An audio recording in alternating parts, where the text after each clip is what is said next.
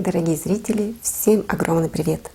Как вы поняли из названия видео, сегодня речь пойдет у нас о возрасте. О возрасте в целом и о конкретном возрасте. Это 40 лет, поскольку я уже вступила в этот возраст и хочу вам рассказать, что я думаю по этому поводу, какие мои ощущения. К сожалению, в нашей стране очень процветает эйджизм, и этим делом любят заниматься сами женщины, как бы это ни было печально и прискорбно. Женщины не любят и даже ненавидят других женщин, особенно ухоженных, особенно тех, кто подает какой-либо пример, пытаются всегда уличить их в каких-то операциях, в каких-то процедурах, где кто что наколол, вколол какой ботокс, где как кто себя утянул, потянул. И вместе с этим также любят говорить о том, что ты старая, куда ты лезешь, куда ты вылезла. Так вот, чтобы не быть старыми, женщины прибегают к этим процедурам, но их все равно в этом обвиняют. Я хочу вам сказать сразу, что я не сторонница вообще каких-либо процедур. За свою жизнь никогда, ни разу ничего не делала со своим лицом и даже не смотрела в ту сторону, потому что как-то я этого побаиваюсь по ряду причин. Во-первых, я просто не доверяю этим процедурам, этим специалистам, этим препаратам даже, наверное, в большей степени. И, наверное, я просто из тех людей, которые будут стареть благородно и красиво. Вы знаете, у меня никогда не было такого чувства по жизни, такого ощущения, что вот в каком-то возрасте определенная женщина, она уже старая. Вот 40 ты уже старая. Ой, тебе 50, ты вообще уже в сторону кладбища ползешь. А про 60 и так далее говорить уже просто бессмысленно. Я никогда женщин не воспринимала вот с этой позиции. Мне как-то всегда казалось, что да какая вот, например, моя мама, какая она старая. Она совершенно не старая. Или бабушку свою я никогда не воспринимала старой. Быть может, это связано с тем, что они всегда как-то за собой следили, как-то и одевались соответственно, и макияж носили. Хотя нет, моя бабушка никогда не носила макияж, кроме помады. Но видимо, это идет изнутри от самого человека, что он транслирует, так, наверное, другие люди и считывают. И зная о том, что моя бабушка является бабушкой, что ей там столько-то, столько-то лет, она никогда у меня не воспринималась как старая. Поэтому первое, что я хочу сказать относительно своего возраста, 40 лет, я абсолютно не чувствую свой возраст. Он никак, нигде у меня не откладывается. Да, опыт, конечно, никуда не денешь, и это, в принципе, хорошо, и это замечательно, что у нас есть возможность со временем получать опыт. Но на 40 лет я себя не чувствую никак, абсолютно. Да и вообще, вы знаете, я какой-то, наверное, по ощущениям человек без возраста. Но возможно, в юности, в молодости я, может быть, как-то и ощущала себя там на свои 18, на свои 25.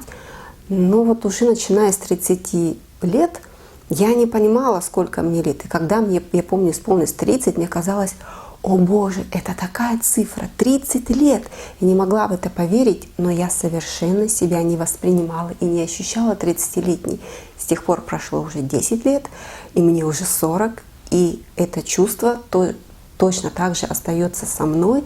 Я себя не ощущаю на эти 40 лет. Единственное, что мне напоминает о моем возрасте, это мое здоровье. Какое бы хорошее оно ни было, но все-таки за 40 лет организм изнашивается. И поэтому, как бы мы ни хотели, как бы мы ни мечтали, не светит нам никакое бессмертие, никакие там 200-300 лет замечательной долгой жизни, просто по одной банальной причине. Организм изнашивается, как и все в этом мире. Возьмите любую вещь, и через 5, 10, 20, 30 лет вы увидите, что она уже совершенно не такая, как была изначально. Ну вот, собственно, точно так же и тело наше, оно уже в каких-то там моментах уже дает какие-то свои звоночки и напоминает, что тебе, дорогая, все-таки 40, как бы ты там не хорохорилась, как бы ты его не чувствовала, но вот те или иные какие-то изменения, они дают о себе знать. Вот это, пожалуй, единственное, что мне напоминает о моих 40 годах. Второе, о чем я хочу сказать, это то, что нет никакого смысла скрывать свой возраст. Хотя даже еще вот так лет 5 назад, может быть, даже года 3, я была приверженницей вот этой такой теории и стратегии, чтобы не называть свой возраст. Но потом я это все как-то переосмыслила и поняла, что да, действительно в этом нет никакого смысла. И даже наоборот, свой возраст нужно озвучивать. А почему? А потому что современные технологии, косметологии и все остальное нам позволяют выглядеть все-таки гораздо лучше и гораздо моложе. Если раньше женщина в 40 лет уже действительно была там практически старухой, вот меня всегда поражали вот эти кадры, такие послевоенные, когда мать встречает сына с фронта и приходит, ну, собственно, там молодой парень, который ушел на фронт там молодым, ну, пришел он там через 2-3 года с войны, вернулся, его встречает мать в платочке, вся в морщинах. Это реально не то, что старая женщина, это реально бабушка. На сегодняшний день все же наша жизнь, наш комфорт, наша возможность ухаживать за собой. И для этого даже не нужна какая-то супер-пупер элитная, дорогущая косметика. Даже бюджетная косметика уже дает нам возможность выглядеть лучше. Поэтому я думаю, что имеет смысл даже гордиться тем, что мне 40, но все-таки по сравнению с тем, как выглядели женщины раньше, сегодня в 40 лет можно выглядеть просто шикарно. Да, морщины, конечно, есть, и от них никуда не денешься. Морщины вокруг глаз. Ну что с этим поделаешь? Это либо хирургическое вмешательство, ну, либо жить с тем, как есть. И я, в общем-то, выбираю пока что этот вариант, жить как есть. Никуда я их не дену, но не спать ночами и рвать на голове волосы, что у меня появились морщины, я не собираюсь. Да, они есть, но если это кого-то не устраивает, это его проблемы. Меня это не волнует, и я... Нет, наверное, конечно, это не совсем честно будет сказать. Конечно, я бы хотела выбрать вариант без морщин, но поскольку это невозможно, то я спокойно буду жить и с морщинами, и с пигментными пятнами, и, положа руку на сердце, абсолютно честно вам признаюсь, что я вообще не парюсь по этому поводу. И я знаю, как женщины могут париться, как они мучаются и страдают от того, что у них есть пигментные пятна или какие-либо еще недостатки на лице. Но это все стресс, в который мы сами себя загоняем, а он уже в свою очередь разрушает нашу красоту.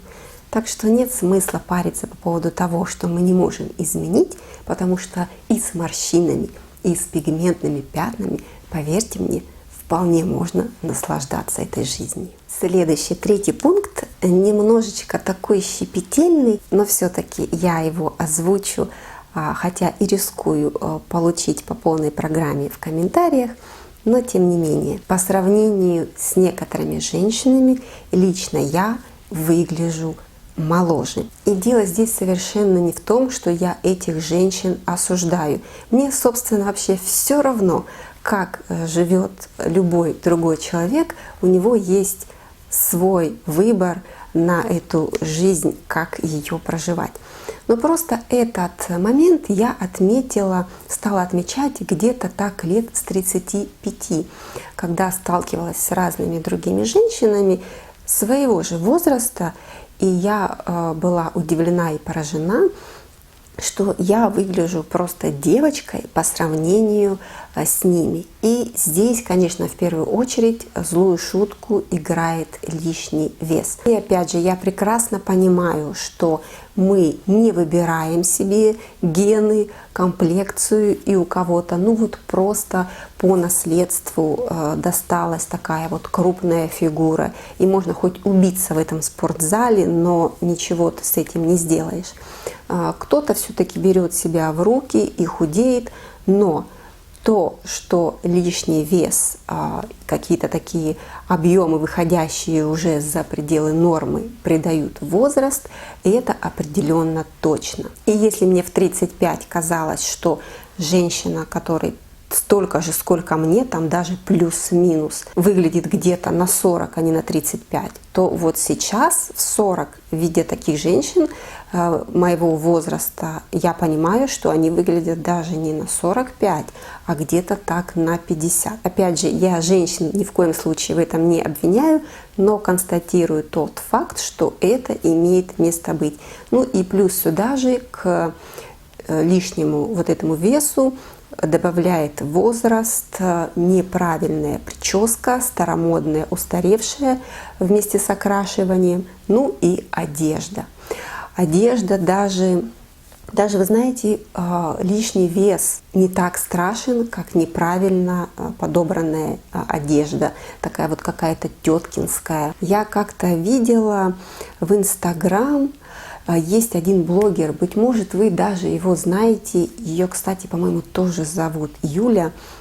Никаких ориентиров, вот кроме того, что я сейчас скажу, я, к сожалению, не могу вам дать, потому что я где-то у кого-то увидела или услышала про нее, и потом посмотрела в Инстаграм ее фотографии, и я была просто поражена, насколько вообще круто и классно может выглядеть женщина с лишним весом.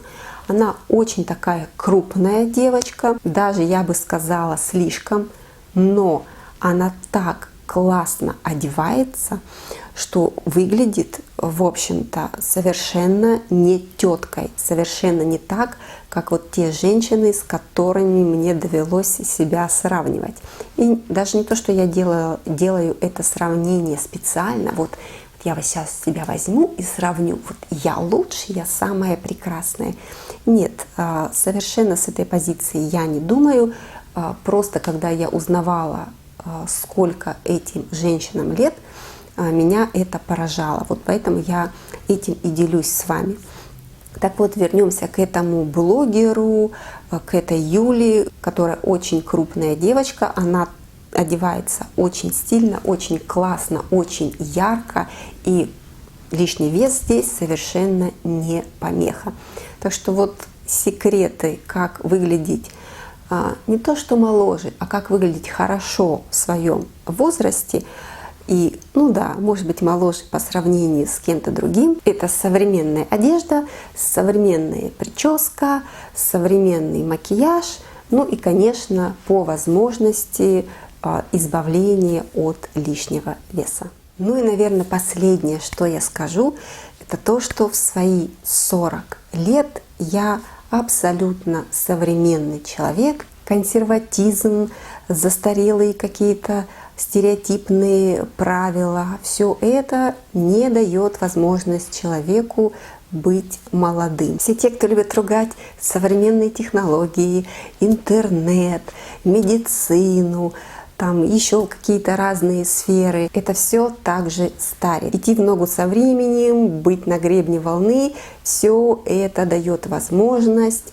быть молодым. И на самом деле совсем не возраст определяет, молодой или старый человек, а его действительно внутреннее состояние, его взгляды на жизнь. Потому что и в 30 лет можно уже быть старухой, поверьте мне, есть такие примеры. А можно и в 60 быть такой молодой,